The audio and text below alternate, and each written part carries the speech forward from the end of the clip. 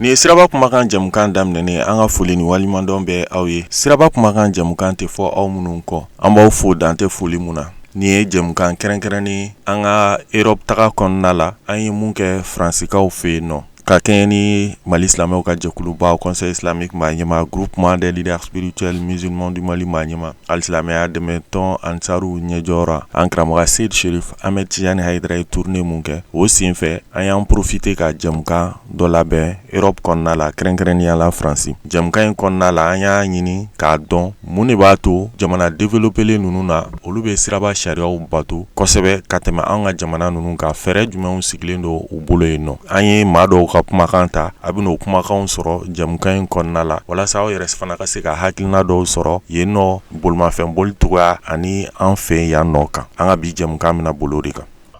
Yan sariyaw bɛ bato siraba ta fɛ parce que n'i ma bato polisiw bɛ u b'i minɛ bɛɛ kan ka et puis code mɔgɔw bɛ code kalan ɲɛma yɛrɛ de pour que i ka permis sɔrɔ yan nɔ a tɛ se ka ɲagami i bɛ permis ta ɲɛma donc i bɛ dege code bɛɛ la bɛɛ de bɛ code kelen respecté et puis sennamɔgɔw tɛmɛ sira o de bɛ yen n'i bɛ mobili la n'i ye sennamɔgɔ tɛmɛtɔ ye fo ni fɛn bɛ yen ni fɛn tɛ yen nɔ i b'i jɔ de ale ka tɛmɛ priorité b'ale bolo donc bɛɛ b'o dɔn yan nɔ. Et puis n'i bɛ mobili kɔnɔ fana sécurité la i bɛ ceinture siri i bɛ ɲɛfɛ o i bɛ kɔfɛ i bɛ ceinture siri n'i m'o siri ni polisiw y'i lajɔ aw bɛɛ de bɛ amande sara bon mototigiw fana ta fan fɛ accident ka ca donc bɛɛ bɛ protéger i bɛ protéger ni casque ye fɔlɔ o ye primordial ye i bɛ protéger ni finiw ye finiw b'u bolo n'u binna o kana fɛn kɛ k'u sɔrɔ donc mɔgɔw b'o respecter bon effectivement Mali la problème ye min ye bɛɛ n'a ka code don mɔgɔ caman bɛ permis mobili k'u fili mobili ka mobili ta tɛ permis t'u bolo yɛrɛ kuma dɔw la u b'u dege tɛ a sen fɛ et puis mɔgɔ si tɛ sira respecté des fois même ka sira bila mɔgɔ ye o b'a to circulation bɛ fluidifier quoi a bɛ nɔgɔya bɛɛ ma mais bɛɛ de b'i jagoya k'a fɔ k'ale bɛ tɛmɛ jagoya la donc a ko ka gɛlɛn effectivement éducation de b'a kɛ ka to ka éducation routière kɛ mɔgɔw kun mɔgɔw k'a faamuya Mali la k'a fɔ fɛn dɔw bɛ yen i tɛ se k'o kɛ a bɛ mɔgɔ yɛrɛ nin de kana quoi parce que sécurité bɛ yɔrɔ min na a bɛ saya caman bɔ mɔgɔw ma mototigiw ta fan fɛ nɛgɛsotigiw ta fan fɛ mobilitigiw ta fanfɛla fɛ donc bɛɛ ka sariya bato sécurité routière la o de bɛ mɔgɔw kisi o bɛ mɔgɔ caman ni awɔ effectivement il faut que autorités k'o yɔrɔ de lajɛ social tɛ se ka kɛ fɛn bɛɛ la n'i bɛ fɛ ka éducation don ko la surtout ni ko bɛ ko min na il faut que loi ka respecter jusqu'au bout n'i ye mɔgɔ tan n'a tigi jo t'a la aw bɛ se ka kuma mais ni e jo t'a la k'a fɔ a y'a to yen a ka fɛngɛ non sariya bɛ taa o sira de fɛ n'a tigi ya permis kan ka minɛ a la a bɛ minɛ a la n'a tigi permis a pointé Mali la mais dɔw accident dɔw bɛ yen i k'a tigi ka permis minɛ a la o de ka ɲi a k'i sigi k'i miiri ka taa juge kɔrɔ k'i sigi k'i miiri k'a fɔ a ye min kɛ o man ɲi donc social kan ka bɔ fɛn dɔw la ni ko donna fɛn fɛn la social ka bɔ a la éducation ka don a la et puis sariya ka bato a ɲɛ ma min bɛ f'u ɲɛna dɔrɔn u ka code respecté u ka ɲɔgɔn respecté u ka sira bila ɲɔgɔn ye bon minnu bɛ moto boli vraiment u ka casque don parce que casque bɛ caman bali saya bolo n'i ye accident kɛ et puis minnu bɛ mobili kɔnɔ u ka ceinture siri an b'a kɛ tulonkɛ fɛn ye mais don min de la n'i ye accident kɛ i b'a dɔn k'a fɔ ko ceinture b'i protéger o yira la diɲɛ fan bɛɛ fɛ donc vraiment et puis fɛngɛ mɔgɔw ka to autorités ka to sensibilisation na u bɛ sensibilisation min na u ka to a la mɔgɔw ka sariya bato sira ta fanfɛla fɛ merci ko la vraiment ne yɛrɛ dabali bannen don ordre foyi tɛ a bɛɛ ɲagaminen don donc ne bɛ siran ka mobili yɛrɛ boli journée kɔnɔ Mali la ni n taara sufɛ n bɛ ala minɛ tuma dɔw k'a boli mais journée kɔni n tɛ se k'a boli Jakarta tigiw ni katanitigiw hali ne ka séjour laban na katanitigi dɔ sens contraire de ka na n ka mobili fari ne taalen a kan ka taa sens min na ne ka sens contraire la ka na n ka mobili fari vraiment ne b'a ɲini autorités fɛ u ka fɛɛrɛ ɲini circulation ko la Mali la a ma nɔgɔn dɛ a ma nɔgɔn mɔgɔw ka mobili mɔgɔ b'i ka mobili san miliyɔn Jakarta bɛna gratuit u b'a ko yafa ma u bɛ taa n'u yɛrɛ donc i bɛ taa dilan miliyɔn 5 miliyɔn 6 vraiment u ka solution ɲini a la quoi et puis code de la route ka kɛ Jakarta tigiw ni fɛnw u ka permis k'a bɛɛ la ka a bɛɛ immatriculé ni mɔgɔ min donna mɔgɔ min na i b'a dɔn mɔgɔ min donn'i la ka immatriculation k'a bɛɛ la sinon Mali circulation ma nɔgɔn dɛ n'i bɔra Bamakɔ f'i bɛ jɔrɔ i man ka s'i ka so i tɛ bɔ Bamakɔ ka taa i ka so tant que i ma accident dɔ ye i ma dɔ sali i ma dɔ binnen duguma vraiment autorités k'u gɛlɛya k'o régulariser ka casque imposer yɛrɛ surtout moto ka ca u ka casque imposer mɔgɔw kunna parce que accident tilalen fana a tila bɛɛ kun de bɛ pɛrɛn donc ni casque bɛ yen o fana ye sutura dɔ ye et puis ka numéro mobile immatriculé ka moto immatriculé ka permis kɛ moto la ka assurance kɛ moto la ka assureur fana voir ni mɔgɔ min ye accident kɛ u ka se k'u ka fɛn segin ma donc a ma nɔgɔn dɛ bon jamana min na fana ni kalanbali man ca dɔw bɛ burusi kɔnɔ bi u bɛ jakarta boli kɛ u bɛ katakani boli kɛ u t'a dɔn u taga yɔrɔ dɔn u bɛ telimani ta u t'a dɔn u bɛ taa yɔrɔ min ye client min bɛ kɔfɛ u b'a fɔ taa nin fɛ taa nin fɛ taa nin fɛ donc vraiment u ka solution ɲini circulation ko la an b'o ɲini autorités fɛ mais yankaw b'a bɔtɔ parce que yankaw b'a kalan de u b'a kalan de i tɛ se ka farinya ka mobili ta n'i ma taa auto école la ka i ka permis sɔrɔ i tɛ farinya ka moto boli n'i ma taa auto école la k'i ka permis sɔrɔ fɛn bɛɛ regardé fɛn bɛ fan bɛɛ terrain bɛ fan bɛɛ senama bɛ tɛmɛ yɔrɔ min na u b'a d'a ma mobili bɛ tɛmɛ yɔrɔ min na a bɛɛ b'a d'a ma donc c'est normal yan fana accident bɛ kɛ mais a tɛ comme Mali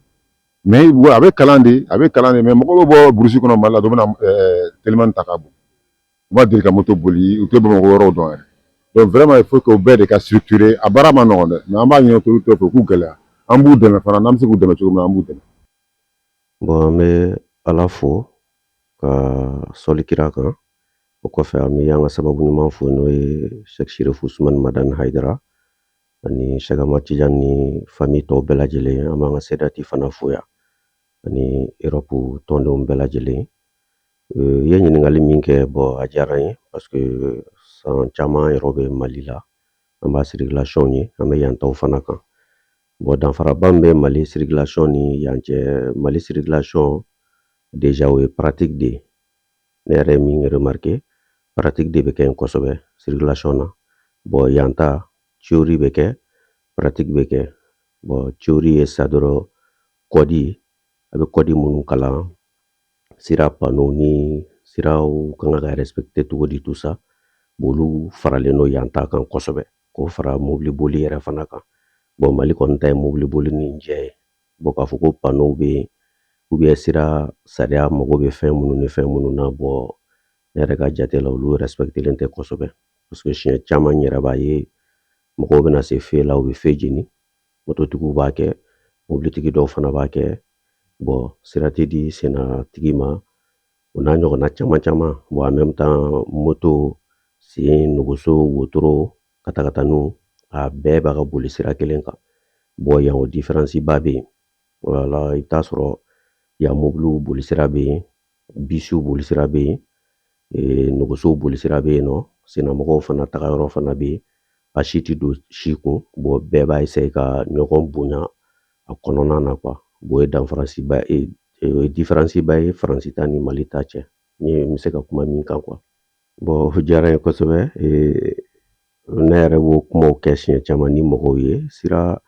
sariya ka bonya yan fɛngɛ wɛrɛw tɛ parce que hali anw minnu ye maliyɛnw ye n'an bɔra Mali la ka na yan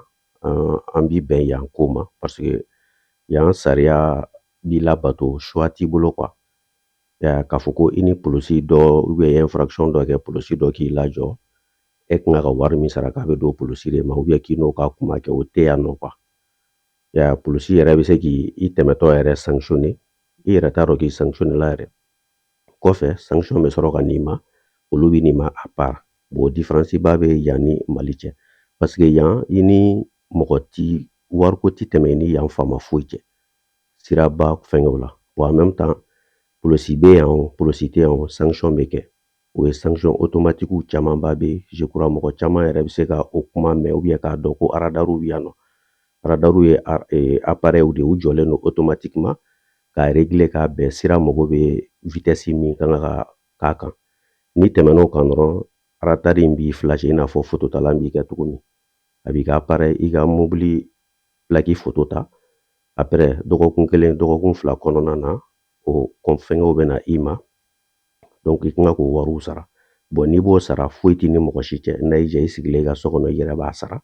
bon n'a y'i diya i bɛ se ka taa trésor la ou bien i bɛ chèque kɛ i b'a bila ka taa bon o la i bɛ obligé ka fɛngɛw suit yan nɔ quoi parce que ne kan ka k'o min sara n'i m'a sara i tɛ to yen nɔ quoi chaque fois n'a délai min dir'i ma n'o tɛmɛna donc u bɛ tila ka dɔ de fara a kan par exemple nin ye ko avis de contravention nin y'a ɲɔgɔn dɔ ye bon nin ye excès de vitesse ta ye i kan ka boli vitesse min na n'i tɛmɛn'o kan dɔrɔn appareil in b'i ta donc n'a y'i ta nin bɛ na i ma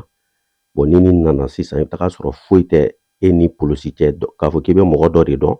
k'i b'o wele ka nin d'o ma o ka taga ɲɛnabɔ o ka sauter o kuma tɛ yen quoi. Donc i bɛ don internet kɔnɔna na dɔrɔn i bɛ nin numéro k'a la contravention numéro i kan ka wari min sara i b'o sara. Bon a la fana o bɛ délai de d'i ma. Ni nin bɛ na sisan délai de bɛ d'i ma u bɛ se ka délai d'i ma fo 2 ou bien 3. Par exemple n'a kan exemple la n'a kan ka sara 1000. Bon u b'a f'i ye bon i b'a sara 1000 tile 15 b'i bolo u bɛ se k'a f'i ye au lieu de 1000 i bɛ 8000 sara. Bon ni tile 15 tɛmɛna a bɛ kɛ 1000 ye. Bon o fana la o bɛ kalo 1 ou bien kalo 1 tila d'i ma sisan i ka 1000 in fana sara. Ni m'o fana sara dɔ de fana tila ka fara a kan. Bon a bɛ continuer ten ka dɔ fara a kan automatiquement. Bon n'a sera niveau dɔ ma i komi état de ka wari don état ka part b'a la. Bon u bɛ se ka t'i ka compte yɛrɛ la ka taa wari saisi. Bon n'o ye compte t'i bolo u b'i trace ɲini n'o y'a sɔrɔ i b'a ka baara kɛ yɔrɔ min na i bɛ baara yɔrɔ min na u bɛ message bila ka t'olu ma. Bon ni juru b'i la baara yɔrɔ mɔgɔw k'a sara. O fana camanba bi kɛ ne yɛrɛ b'o caman kalama. Baara yɔrɔ mɔgɔw b'a sara ka tila ka b'i ka sara la. Bon il y a tolérance zéro de y'o la quoi. Bon n'i ye bêtise kɛ ni i minɛla circulation routière kɔni a sera o sira kan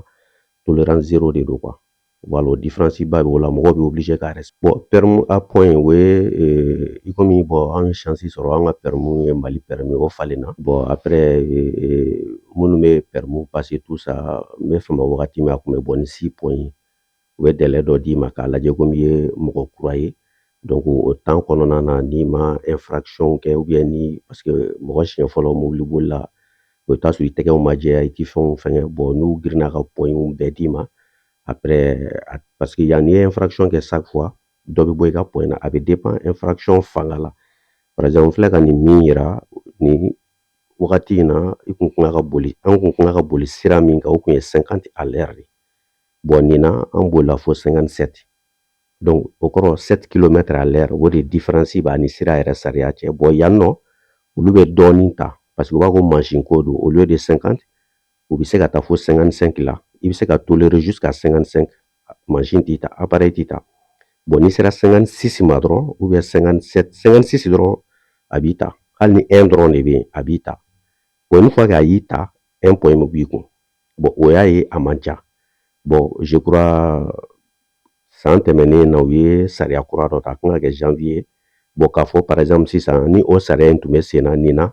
1 point bɔra ne kun nin na. Bon n'o sariya in tun bɛ yen point kun tɛ bɔ ne kun. Pourquoi ko minnu ka vitesse ka dɔgɔ kojugu olu bɛ wari sara mais point ti b'o kun. Bon fɔlɔ c'est à dire une fois k'i kɔni sera u ma dɔrɔn i bɛ wari sara u bɛ tila ka point bɔ i kun o ye 12 point ye.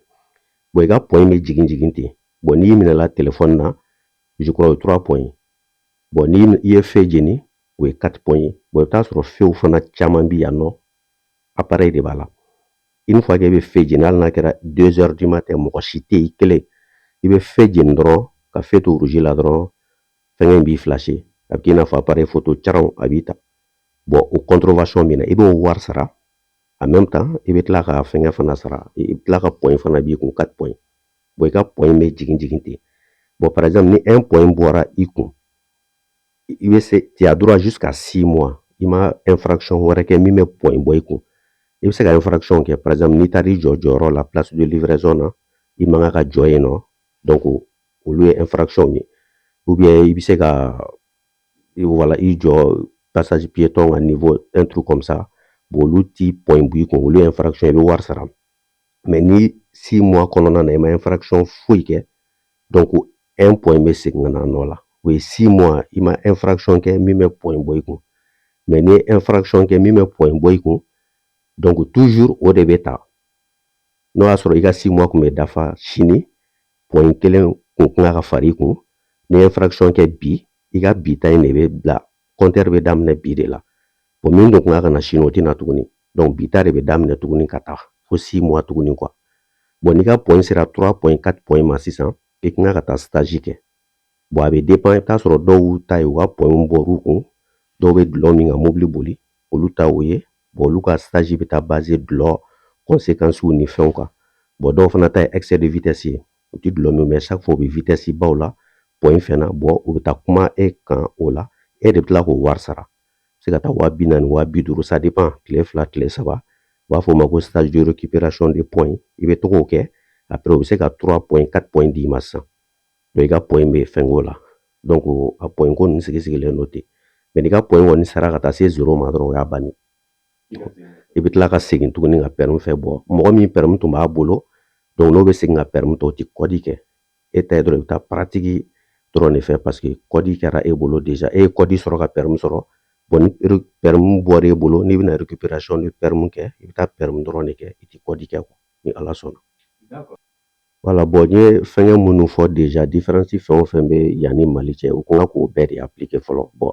an tɛ se k'a fɔ k'an bɛ taa appareil bila sira kan ka fɛngɛw kɛ mais Mali niveau la il faut que tolérance zéro de ka kɛ quoi tolérance zéro komi an bɛɛ ye maliyɛn dogo tɛ yen ne bɛ minɛ circulation na ne bɛ n dɔnbaga dɔ wele o bɛna intervention kɛ tout ça bon il faut k'o de ka ban bon u ye système kura dɔ sigi sisan nɔ ko i bɛ paiement kɛ par carte soit Orange Money voilà ou bien soit fɛn bon u ye ne yɛrɛ lajɔ moto la ne ye 5000 francs parce que ne yɛrɛ mago b'o de la quoi voilà ne bolo n'u y'a essayer k'o système ninnu fɛ a kana kɛ ne bɛ e dɔn donc a bɛ sariya boli mɔgɔ wɛrɛ kan mais n'a sera a yɛrɛw ka niveau ma aw ka connaissance a bɛ weleliw kɛ ka intervention kɛ bon olu tɛ se en tant que n'o bɛ yen nɔ a ko man nɔgɔ o ye Mali yɛrɛ défaut o tɛ kɔdi yɛrɛ dɔrɔn o tɛ circulation dɔrɔn o ye Mali yɛrɛ vie bɛɛ bɛ o cogoya la o y'o côté bon fɛngɛ filanan ye jumɛn idée filanan min bɛ ne la ne yɛrɛ bolo proposition na par exemple mon fils il a 10 ans 2020 o kun y'a sɔrɔ ale bɛ 6 ans na donc u y'a essayer ka fɛngɛnin dɔ kɛ a permis yɛrɛ tun bɛ n bolo sɔrɔ bon a tilala ka taa arranger u bɛ fɛngɛnin dɔ dun u b'a fɔ ko permis à piéton c'est-à-dire u b'a essayer ka kɔdi explique u ye piéton n'i bɛ sira kan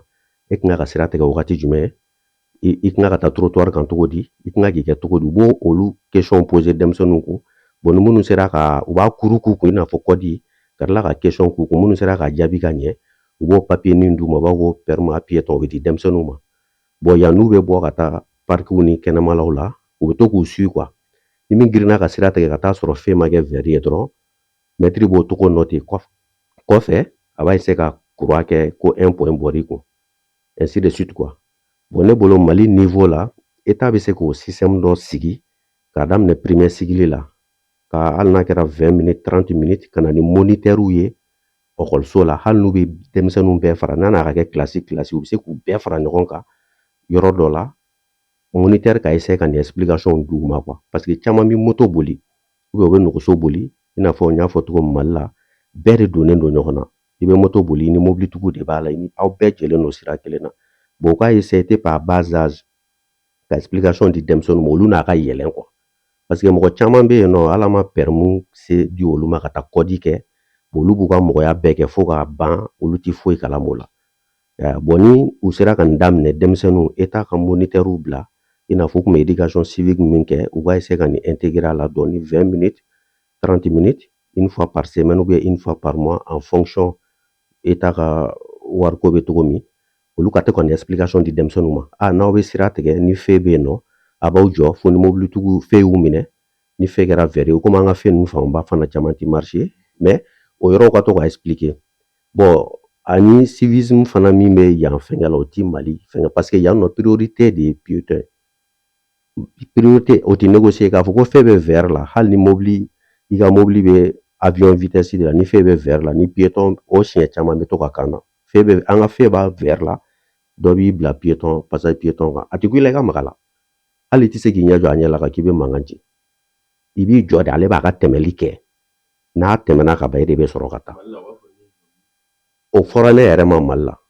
dɔw fɔ ne yɛrɛ ma mobilitigi dɔw fɔ ne ma kan to moto la k'a tun bɛ yɛlɛn kan bon olu n'a ɲɔgɔnnaw il faut que an ka essayer k'olu intégrer an ka fɛnw na mais ni a daminɛna denmisɛnninw kun denmisɛnninw n'a bɛ yɛlɛ u b'a dɔn ne man kan ka nin kɛ circulation na ne bɛ nɔgɔso kan n kan ka nin kɛ tan ni mɔgɔ bɛ sira kan ne kan ka n jɔ bon n'o donna denmisɛnninw kunkolo la ka yɛlɛ bon a bɛ dɛmɛ sinon an kɔni ka génération wala an bɛɛ bɛ boli tan cogoya la quoi n yɛrɛ b'a ye siɲɛ caman Mali la ni piéton dɔw bɛ tɛmɛ fo mɔgɔ bɛ wuli k'u jɔ k'u bolo kɔrɔta moto sanfɛ pour que k'a yira kɔfɛ mɔgɔw la i jɔ bon c'est pas alors que ala ye chance dɔ d'e ma e bɛ bolimafɛn na e ka teli o mɔgɔ min b'a sen na e b'o tigi ɲɛ teliya la déjà quoi bon ale bɛ fɛ ka tɛmɛ dɔrɔn a to yen a ka tɛmɛ après i bɛ taga siɲɛ caman ne yɛrɛ bɛ n fɛn fo mɔgɔw bɛ to ka n'u ci ne yɛrɛ kun quoi mais n jɔ mɔgɔw bɛ n'u ci n kun voilà bɛɛ presselen don mais toujours a bɛ daminɛ sanfɛ ka jigin quoi ni ɲɛmɔgɔ y'a essayer k'o système fɛngɛ bon après dugumamɔgɔw an m'an fanga fara ɲɔgɔn kan n'an bɔra état ta la an bɛna camanba bi an yɛrɛw la an bolimafɛntigiw bon min kɔni bɛ yen nɔ dɔrɔn n bɔra ka min fɔ sisan ni i bɛ moto mobili nɛgɛso kɔnɔna bon ala ye chance dɔ di e ka teli déjà mɔgɔ min t'a sen na ye bon an ka essayer an ka taga dɔɔni dɔɔni bon panneau tɛ yen nɔ tuma caman k'a fɔ ko vitesse ye nin ye nin ye nin ye mais n'an bɛ dugu kɔnɔnaw na an bɛ fɛnw na an k'a to an k'a dɔn an kan ka boli ni bolicogo la an man kan k'an boli ni bolicogo la n kɔrɔkɛ dɔ bɛ to k'a fɔ ko i mana teliya togo togo c'est à dire n'i ye accident kɛ i tɛ se quoi mais i mana sumaya n'o y'a sɔrɔ i bɛ se o sumaya in ka ɲi n'i tɛ se ye quoi parce que vitesse qualité dɔw bɛ yen n'an tora k'olu ta dɔrɔn ni ala ma far'i kan i tɛ se e bɛ fɛ ka se teliya min na i tɛ se o la quoi mais i mana sumaya togo togo n'i b'a la ka taga i bɛ se bon ni an bɛɛ y'an hakili to o la en même temps ka essayer ka passage piéton ani circulation neniniw ni ka bonya k'a kɔnɔna na quoi parce que Mali circulation tiɲɛ la kabako don dɛ anw minnu bɛ yan n'anw bɔra yan ka taa parce que ne b'a ye a auto école ni a fɛngɛ ninnu a panneau n'a fɛn a bɛɛ yan panneau ni fɛnw de mais i b'a ye Mali de la rond point camancɛ la mobilitigi dɔ b'a jɔ min bɛna tout droit o bɛ tɛmɛ quoi bon kabako don ni ne yɛrɛ bɛ siɲɛ caman bi je comprends pas parce que alors que yan mɔgɔ min bɛ rond point kɔnɔna na priorité b'o de bolo fo ni feu bɛ yen mais en tant que feu tɛ e b'a kɔnɔ hali ni b'i sen de la hali ni bɛ nɛgɛso la donc priorité b'o de bolo quoi bon mobili min fanga ka bon code respectelen tɛ quoi bɛnnitigi priorité b'ale bolo ka tɛmɛ mototigi kan alors que c'est pas comme ça yan nɔ non ni bɛnnitigi b'a ka na e de bɛ rond point kɔnɔ hali ni bɛ nɛgɛso la bɛnnitigi b'a jɔ e de b'i ka tuuru kɛ ka bɔ après ni bɛnnitigi bɛ se ka don a bɛ don n'a tɛ se ka don a b'a jɔ n'i sera priorité à droite fana ma c'est pareil bon ne bolo n'a daminɛla toujours denmisɛnninw ka nin expliquer denmisɛnninw ye olu n'a ka yɛlɛ après olu bɛ to ka appliquer dɔɔni dɔɔni bon génération dans le futur changement bɛ se ka kɛ quoi bon an bɛ bɛɛ fo ka foli daminɛ an karamɔgɔ a n'a ka denbaya a n'an ka sedati ani faransi ansaru tɔndenw bɛɛ lajɛlen ani Europe ka sɔrɔ ka na e yɛrɛ la an bɛ e yɛrɛ fo Ben Cherif i bɔra i fɛ ne yɛrɛ ko n bɛ taga togo togo i ko non f'i ka na bon franchement an b'i fo o la kosɛbɛ ala k'i tɛgɛ min i ka baara la ka Sirifula TV mɔgɔw bɛɛ lajɛlen fo ka maliyɛn bɛɛ lajɛlen fo k'an ka ɲɛmɔgɔw fo Fadi Seya donc u ka dugawu kɛ Mali ye Mali bɛ situation min na ni Afrique bɛ situation min na halisa ala ka jisuma ka fura ye ala ka lafiya di an bɛɛ lajɛlen ma ala ka Mali segin a togoya kɔrɔ la ala ka an bɛɛ kɛ faso jɔbaga in ye ala k'o kɛ karamɔgɔ ni Sirifu kama sɔli ala Muhamadin hakili la a ye faamuyali caman sɔrɔ an ka bi jɛmukan na komi n y'a fɔ ɲɛna cogo min na an tun bɛ Europe kɔnɔna la Faransi an y'a kanu ka jɛmukan kɛrɛnkɛrɛnnen dɔ labɛn yen nɔ ka kɛ ni Seyd Cherif Ahmed Tidjane Haidara ka tournée ye o hokumu kɔnɔna la a yɛrɛ bɔra ka faamuyali sɔrɔ danfaraba minnu bɛ an ka jamanaw ni ɲɔgɔn cɛ bolimafɛn boliko la kɛrɛnkɛrɛnnenya la accident ko la an ka maaw ɲiningalenw u ye caman fɔ a la o la an ka tagali in kɔnɔna la yanni an ka jɛmukan kuncɛ an b'a foli kɛrɛnkɛrɛnnen kɛ k'a ɲɛsin maa dɔw ma maa minnu ni wulila ka jɔ an ye walasa nin baara ninnu bɛ se ka nɔgɔya an bolo tournée in yɛrɛ bɛɛ lajɛlen bɛ se ka nɔgɔya alisilamɛya dɛmɛtɔ ansaru o la o dɔ ye Flamori Konate n'ale ye Itali président d'honneur ye o kɔfɛ Nfali Koni ale ye Espagne président ye o kɔfɛ Adama secrétaire général ye Sidi Diallo b'o la fo ka taa bila Mamadu So la ani madame Konate Seyda Balakisa Haidara an da sera minnu ma an da ma se minnu ma ninnu bɛɛ ansaru bɛɛ Europe u bɛɛ y'u bolo di ɲɔgɔn ma walasa tournée in ka don hɛrɛ la ka bɔ hɛrɛ la an bɛ foli kɛrɛnkɛrɛnnen kɛ a bɛɛ lajɛlen an sera ka minnu tɔgɔ fɔ an ma se ka minnu tɔgɔ fɔ hakili tora minnu na hakili ma to minnu na bɛɛ kɔni wulikajɔ de kɛ walasa nin baara in bɛ se ka kɛ hɛrɛ ni baden na cogo min na foli kɛrɛnkɛrɛnnen an b'o kɛlɛ u bɛɛ lajɛlen hakɛto bɛ nin kan sɔli ala Muhamad